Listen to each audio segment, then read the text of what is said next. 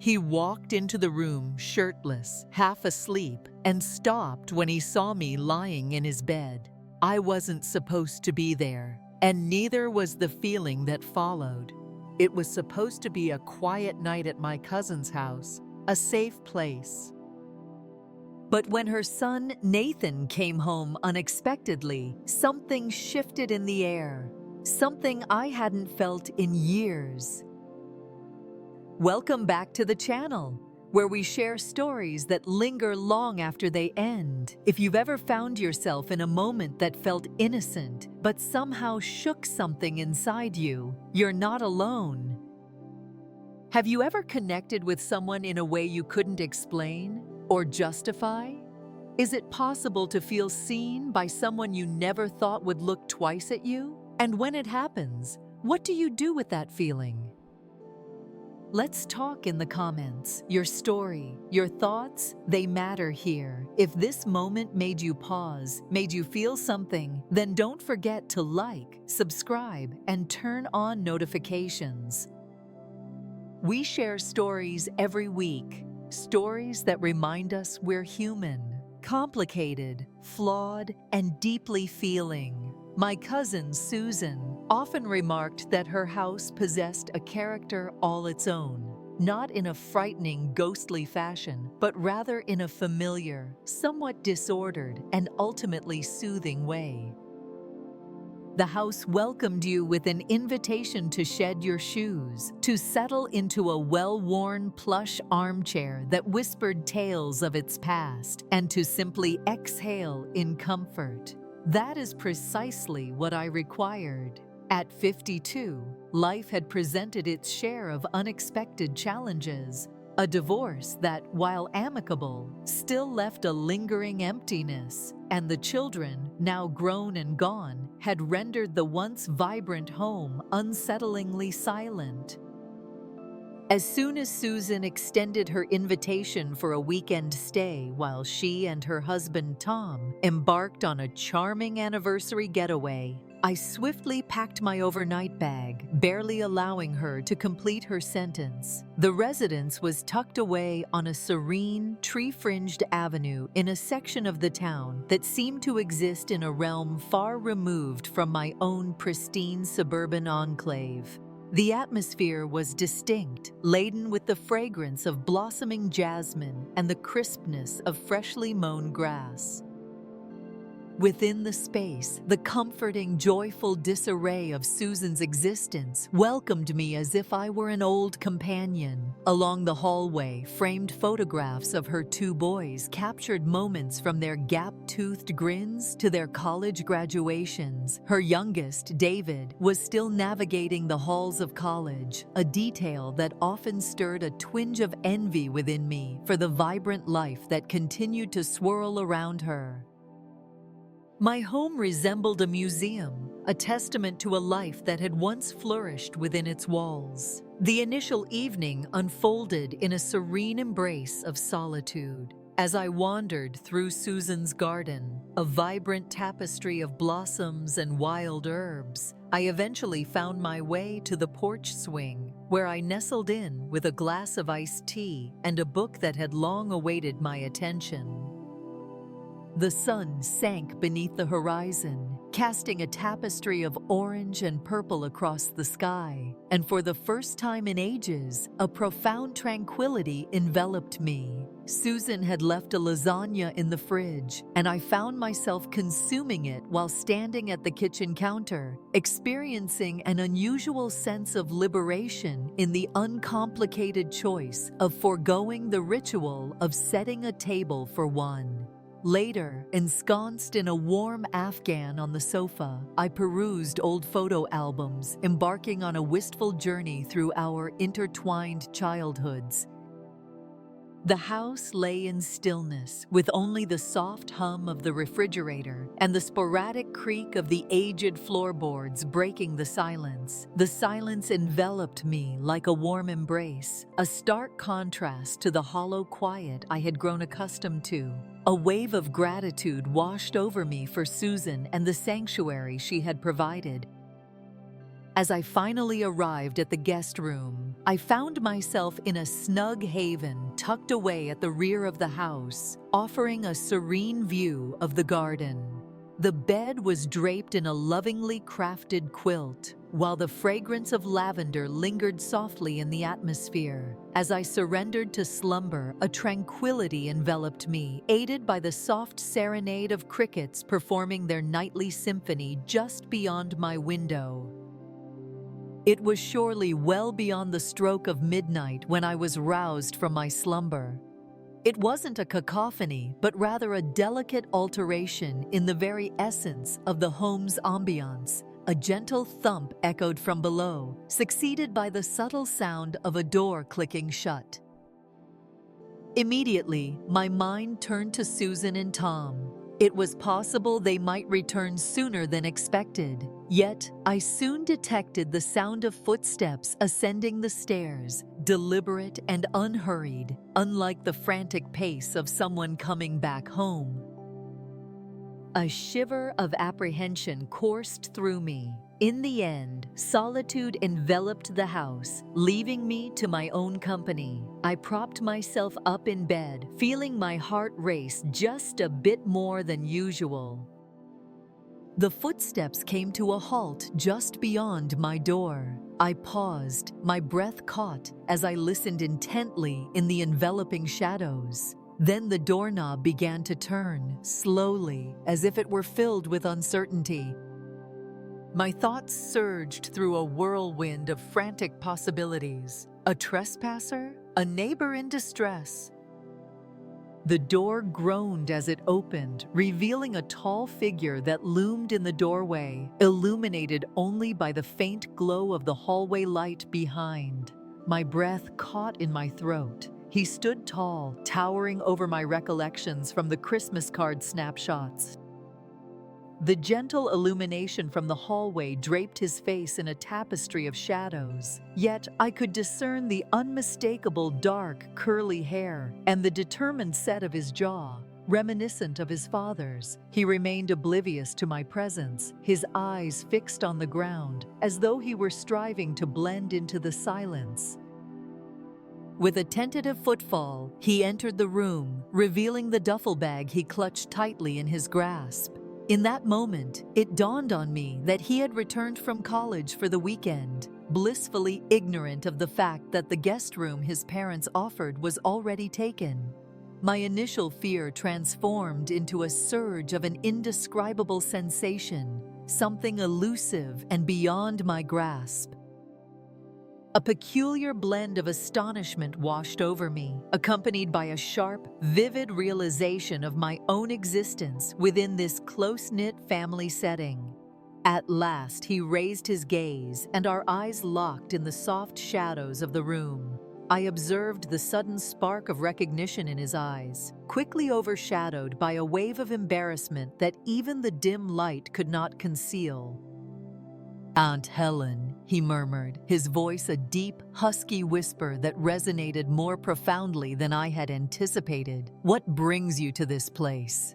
Initially, my voice felt somewhat unsteady.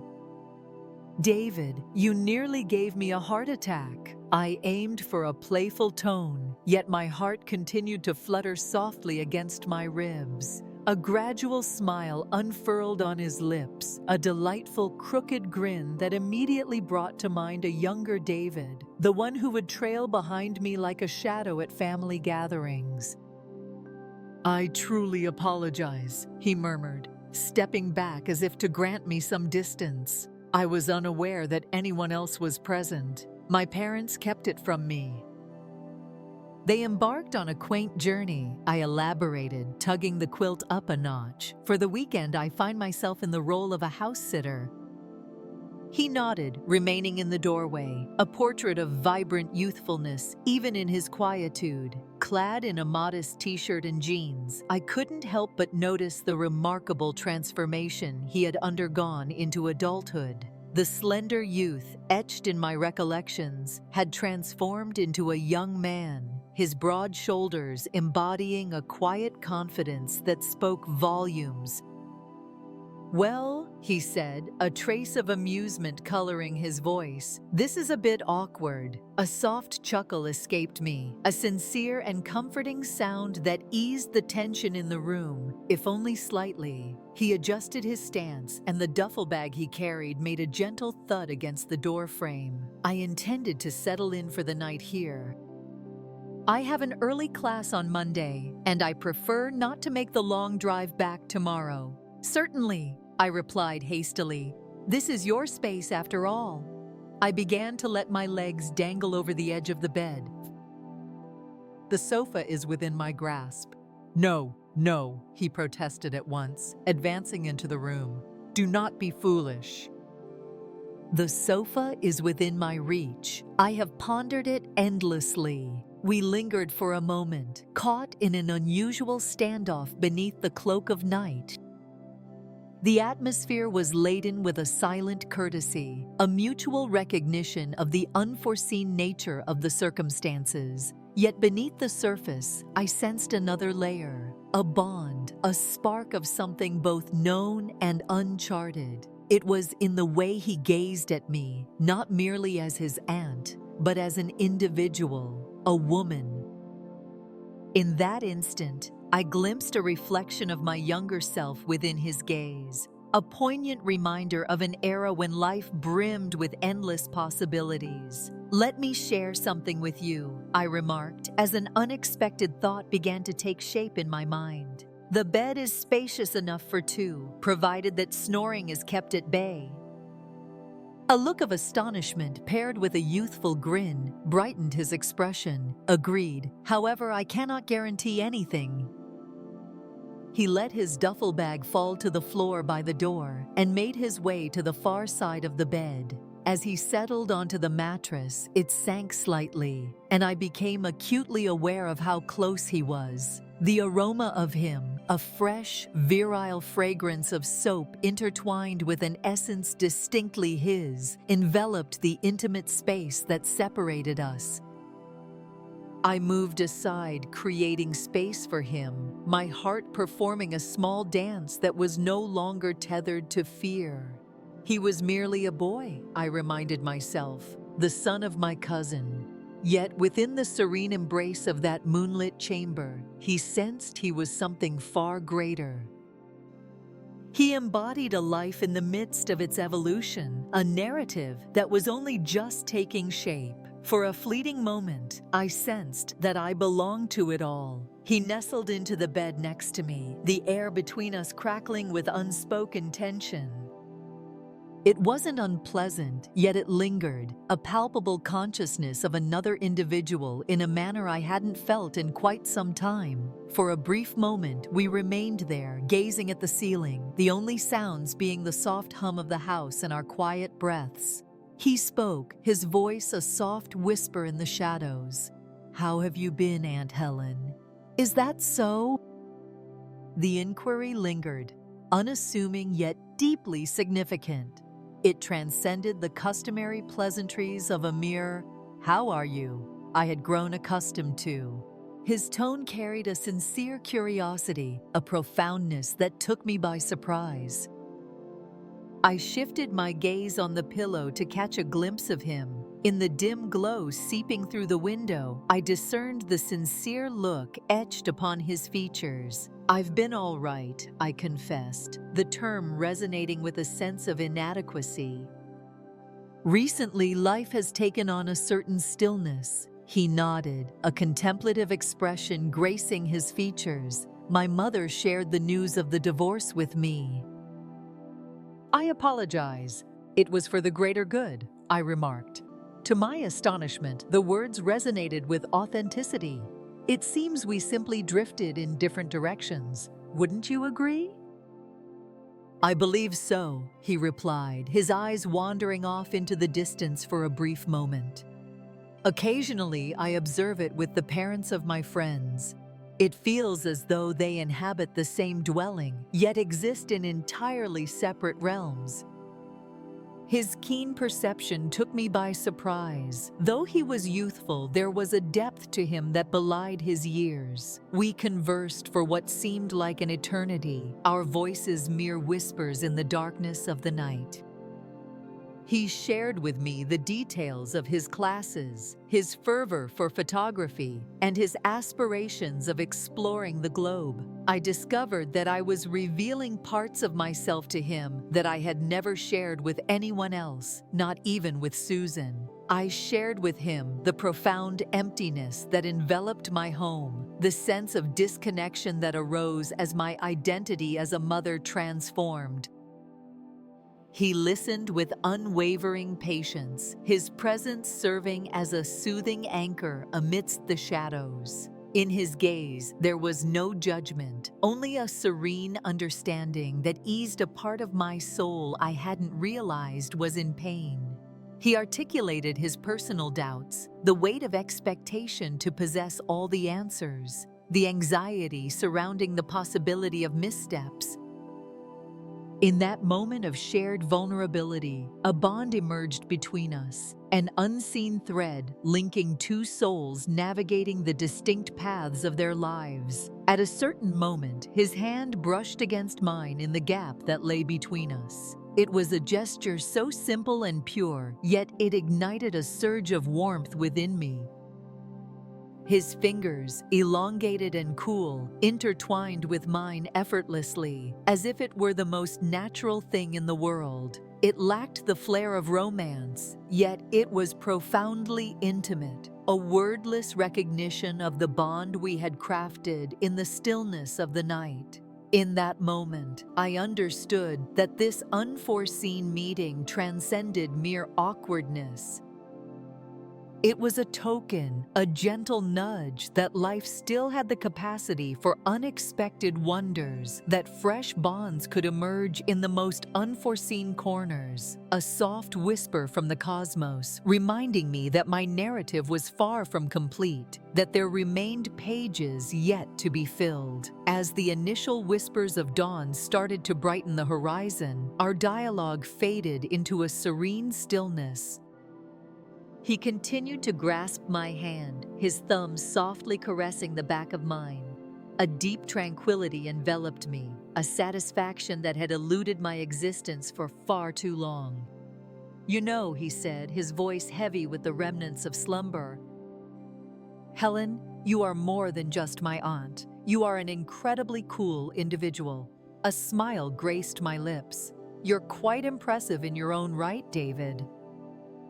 He gently squeezed my hand before withdrawing, turning onto his side, presenting his back to me. The soft ascent and descent of his shoulders captivated me as he surrendered to slumber. I lingered in wakefulness a bit longer as the initial beams of the morning sun poured a golden light into the room.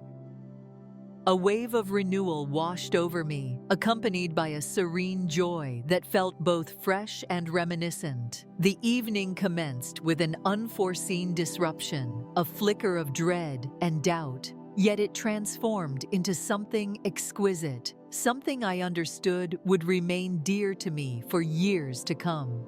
It served as a gentle reminder that within the stillness of our existence, the deepest bonds can form, and that often the most unforeseen paths guide us precisely to our destined places. With my eyes shut and a sincere smile gracing my lips, I found myself, for the first time in ages, eagerly anticipating the day that lay before me. I awoke to the enticing aroma of coffee, not the instant variety I typically brewed at home, but the deep, fragrant scent of freshly ground beans wafting through the air. The opposite side of the bed lay vacant, the fabric cool against my fingertips. For a fleeting instant, I questioned whether the entire experience had been a figment of my imagination. The soft whispers exchanged, the raw openness between us, the tender brush of his hand against mine. Yet my gaze fell upon his duffel bag, lingering by the door, and a small folded note rested on the bedside table. I grasped it, a flutter of excitement stirring within my heart. The handwriting danced across the page, a vibrant scrawl brimming with youthful exuberance and distinct personality. Aunt Helen, it stated, embarked on a run. The coffee brews gently in the pot. Take what you need. Our conversation last night was truly delightful. David, a grin blossomed upon my lips. It was genuine. Everything. I rose from my slumber, a buoyancy in my step that I hadn't experienced in years. With a gentle rustle, I donned my robe and made my way down the stairs, my footsteps soft against the floor as I approached the kitchen. The house basked in the gentle embrace of the morning light, while the rich aroma of coffee enveloped the space, intensifying its presence. A pot simmered on the counter, its warmth inviting, while a pristine mug awaited beside it, ready for my embrace. I filled my cup and savored a sip, the deep, velvety brew offering a delightful awakening to my senses. I rested against the counter, gazing through the kitchen window at the lush greenery of Susan's garden. This morning, the world appeared to shimmer with a newfound brightness, brimming with potential. The front door creaked open and then shut, the echo of footsteps trailing behind it. Moments later, David emerged in the kitchen doorway. His face was aglow from the exertion of his run, a delicate sheen of sweat glistening on his brow. Clad in shorts and a t-shirt, he radiated an even greater vibrancy and vitality under the bright daylight. "Morning," he said, his voice carrying a hint of breathlessness. He offered me that familiar, lopsided grin that had captivated me the previous evening. "Good morning," I responded, my tone inviting. "I appreciate the coffee. It is utterly delightful." "No problem," he said, reaching for a glass nestled in the cupboard, then filling it with cool water from the tap.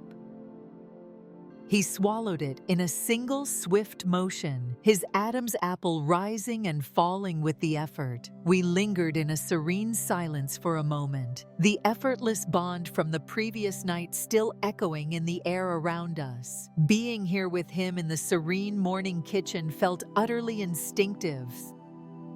It resonated with the essence of home, not the hollow structure I resided in, but a genuine sanctuary brimming with vitality, warmth, and the hopeful anticipation of a fresh dawn. He leaned against the opposite counter and asked, "What are your plans for today? Please feel free to proceed without my interference. I find myself without any plans at the moment." I confessed that my plan was simply to immerse myself in a book and unwind. "It sounds pleasant," he remarked, "but perhaps a touch dull. Wouldn't you agree?" I arched an eyebrow. "What do you propose, Osage?" He let out a hearty chuckle that resonated throughout the kitchen. "Well," he said, a playful sparkle dancing in his eyes, "I found myself contemplating a drive. A quaint little town lies up the coast, just an hour's drive from here. It features a charming diner renowned for serving the most exquisite milkshakes you've ever savored." He halted, his eyes locking onto mine. "Would you care to join me?" The invitation lingered, a vivid, unforeseen opportunity amidst the stillness of my tranquil weekend. A fragment of my being, the rational 52-year-old aspect, yearned to decline. It was excessively impulsive, strikingly out of character. Yet a different facet of my being, one that had long lain in slumber, ached for an adventure, however modest it might be. "Text." "I'm not quite sure," I replied, my voice tinged with uncertainty. "Come on," he urged, his voice soft and soothing. "It promises to be an enjoyable experience. We can engage in further conversation." I am eager to listen to more of your tales." In an instant, I found myself captivated. The idea of passing the day in his company, of prolonging our dialogue, of merely existing alongside his lively essence was an allure too strong to ignore. "Very well," I replied, a grin blossoming on my lips. "You're in, but the milkshakes are on you." "Deal," he said, a broad grin spreading across his face. The day unfolded in ways I had only dared to dream, surpassing all my expectations. With the windows rolled down, we cruised along, the wind tousling our hair as we belted out tunes from the classic rock station playing on the radio. He navigated the road with skill, exuding a calm assurance that put me at ease. We engaged in conversation and shared laughter, the dialogue unfolding as effortlessly as it had the previous evening. He shared with me the depths of his photography, his fervor for seizing the exquisite in the mundane moments of life. I discovered that I was sharing with him the dreams I had long neglected, the aspirations I had put on hold to embrace the roles of a mother and a partner. The small town exuded a charm that matched his vivid descriptions, adorned with its delightful shops and welcoming smiles. We enjoyed our lunch at the diner, where the milkshakes proved to be the finest I had ever savored. As we strolled along the beach, the waves thundered against the shore, and the invigorating scent of salt filled the air. He captured images of it all, the way the light danced upon the water, the intricate patterns etched in the sand, the joyful creases that framed my eyes. As he gazed at me through the lens of his camera, I caught a glimpse of myself transformed, illuminated in an entirely fresh perspective. Not as a woman in the middle of her life whose brightest days seemed to have passed, but as a vibrant individual, brimming with experiences, a woman whose narrative was rich and compelling. As we journeyed homeward in the waning light of the day, the sun stretching its golden rays into elongated shadows on the pavement, a soothing quiet enveloped us. The silence enveloped them, rich with a mutual understanding, a profound and unvoiced bond that lingered in the air. A wave of gratitude washed over me, so deep it nearly brought tears to my eyes. This weekend, initially conceived as a mere respite from my tranquil existence, evolved into an experience far beyond my expectations. The experience unfolded as a profound exploration of the self, illuminating the joy and beauty that often reside in the most surprising corners of existence. It was entirely due to the boy beside me, the one with the ancient wisdom in his eyes and that charmingly crooked smile, who had entered my world in the most unforeseen manner. Upon our return to the house, the sun dipped low on the horizon, casting the sky in a breathtaking tapestry of fiery oranges and deep reds. We lingered on the porch, captivated by the fading hues, both reluctant to let the day slip away. "Thank you, David," I murmured, my voice gentle, "for today, for everything." He faced me, a grave look etched across his features. "Thank you, Aunt Helen," he said, his voice trembling slightly. I really needed this." In that instant, clarity washed over me. We had each wandered, adrift in our own unique manner. In discovering one another, we unearthed a fragment of our own essence. As the weekend drew to a close, I felt certain that the bond we had forged would endure through the years. It was a connection shaped in the serene stillness of the night, a connection built on mutual respect and a collective path of self-discovery.